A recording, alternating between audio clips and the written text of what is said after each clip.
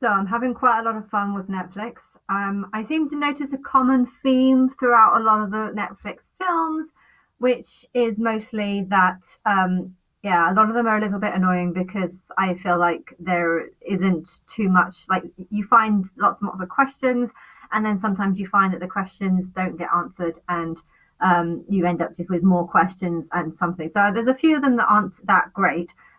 But I've watched the second season of The Warrior Nun, and that's really good. Like, it's much better than the first.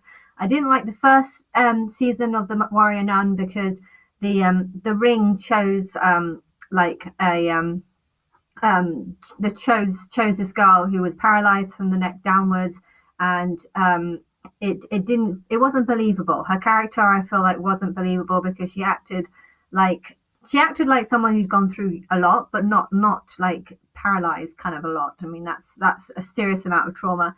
And the nun who was looking after her was incredibly awful, and I don't think it's believable. Maybe if she was paralyzed from the waist downwards, I could have believed that the nun would be awful, but not from the neck down. I feel like this that character was just false.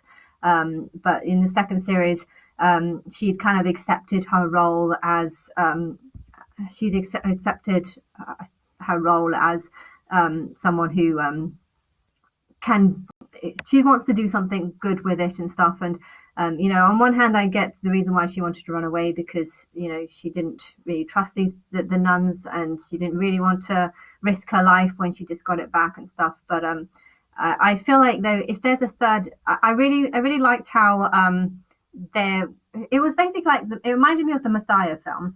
So the Messiah episodes wasn't though good. I think the main fault of the Messiah episodes was that the main character, the Messiah guy, was actually born in Iraq and Syria, or Syria, somewhere like that.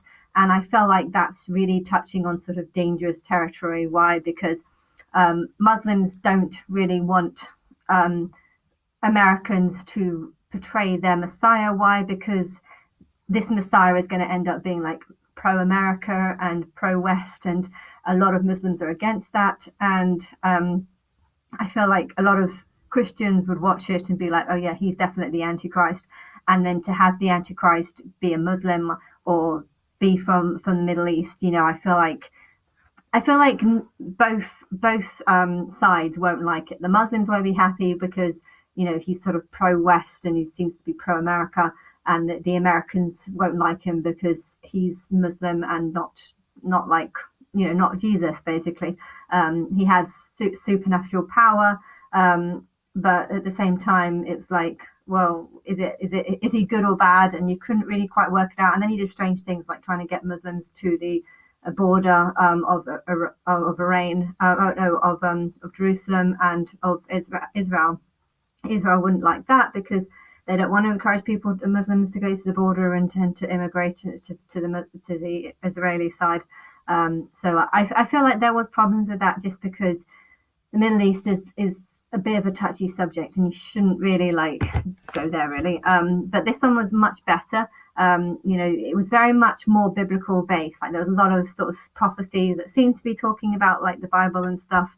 There was this angel Adriel who had lots and lots of power, and he was not claiming to be God, but claiming to be like God, and getting people to look up to him as if a god. And on one hand, you can definitely see his side of things.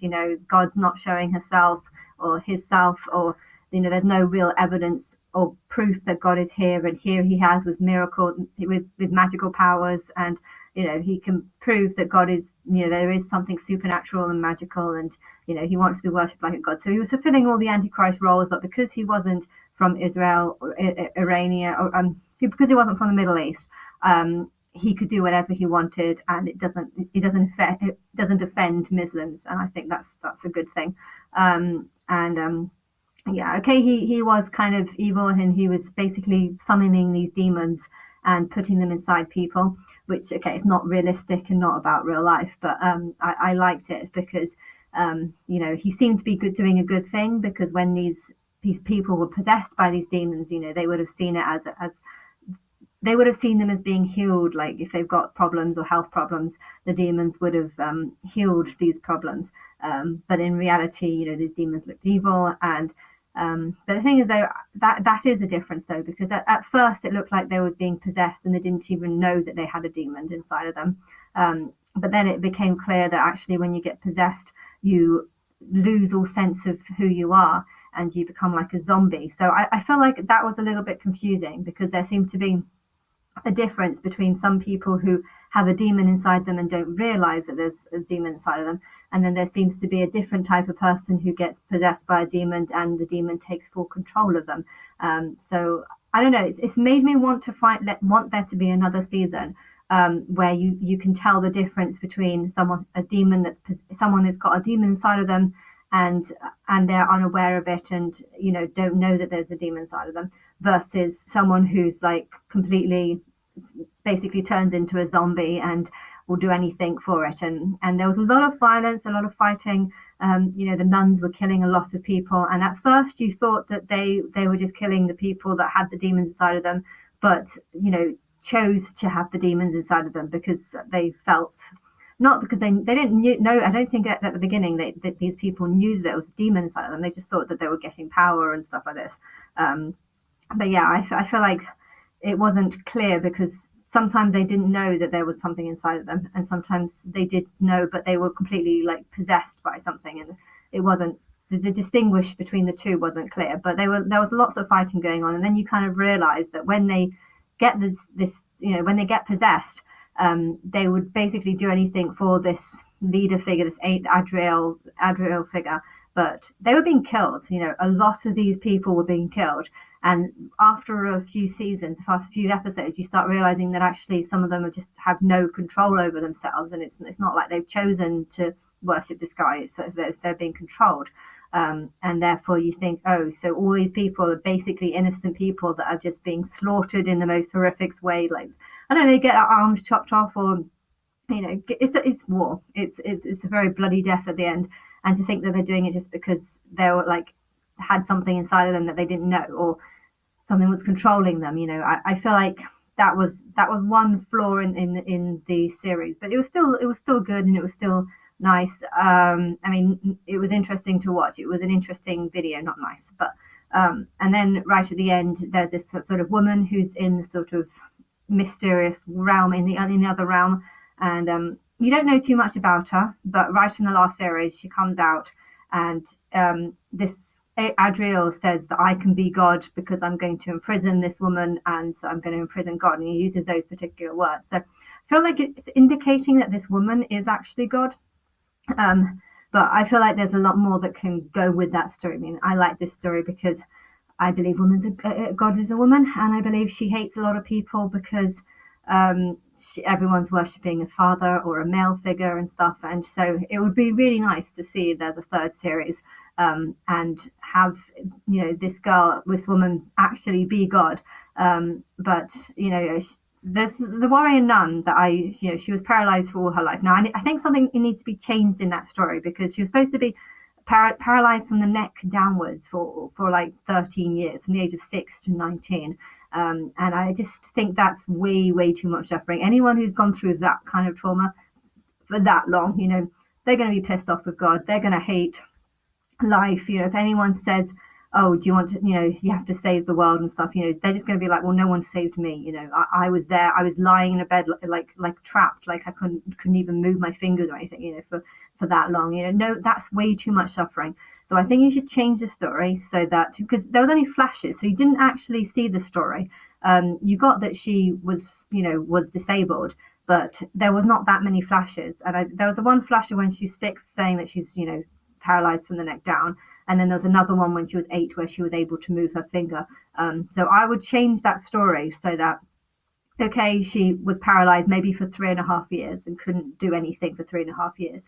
But I would change it so that after 3.5 years, she was able to move her arms, and gain some sort of be able to feed herself like that. That's really important, because someone who can't even do that for so many years, that they would be so angry. They'll have so much anger inside them that I don't think they would want to help anyone, or they won't believe in fate. Or if this woman was chosen by the ring, it doesn't make sense if the ring would choose someone like her because she'd be so angry of what's happened to her. But if, however, she's just paralyzed from like the waist downwards, and maybe paralyzed from the neck downwards for the first 3.5 years when she was a kid, and you don't really remember things when you're that young, so you could understand her getting over that. But I would change the story so that she was actually able to push a wheelchair throughout most of her life. But so I would change that one detail, and then have maybe flashes of her being trained to be an even better warrior nun, and just saying, like, remember when you were paralyzed and you couldn't move anything, and then over the course of the 13 years that you were in the hospital, you learned how to move your arms and stuff. And if she ever meets that woman, and if that woman says that, okay, I am the god of this world, but the reason why I've chosen this nun to be, or the reason why the ring has chosen this nun, destiny has chosen this nun to be the special nun or whatever, could be because, as a reminder, how that girl felt, feeling like she can't move or can't do anything, and having massive challenges in her way. This woman, who I think should represent God, could say, you've gone through all that because I wanted you to know how I feel. God feels powerless. People believe that God is all powerful, almighty, all control, and can do everything.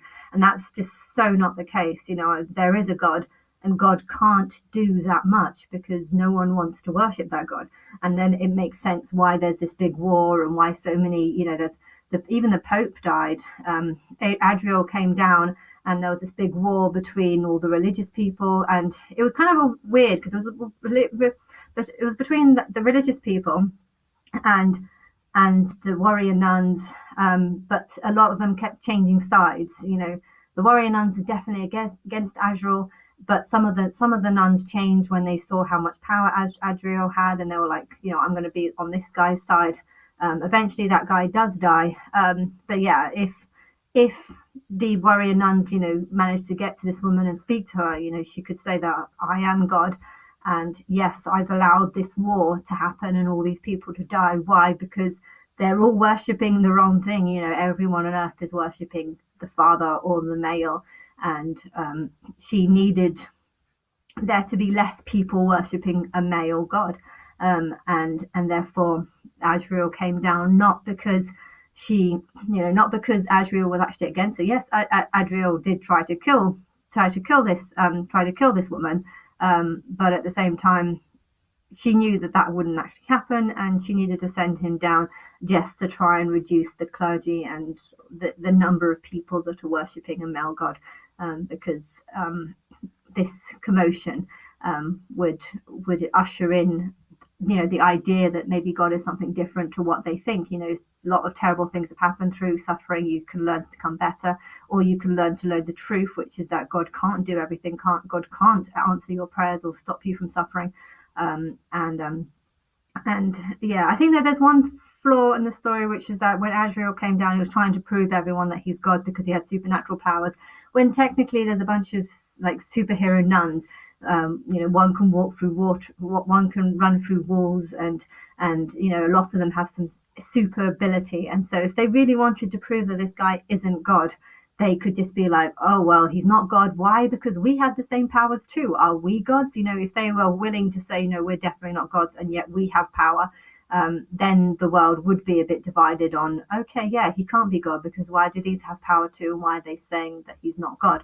That would have been the way. I know they're trying to keep low and keep not expose themselves or anything, but at the same time, I think the world would love to believe in magic, and therefore, if the warrior nun did have these powers, they should expose their powers, and they shouldn't be afraid to hide it from people. But anyway.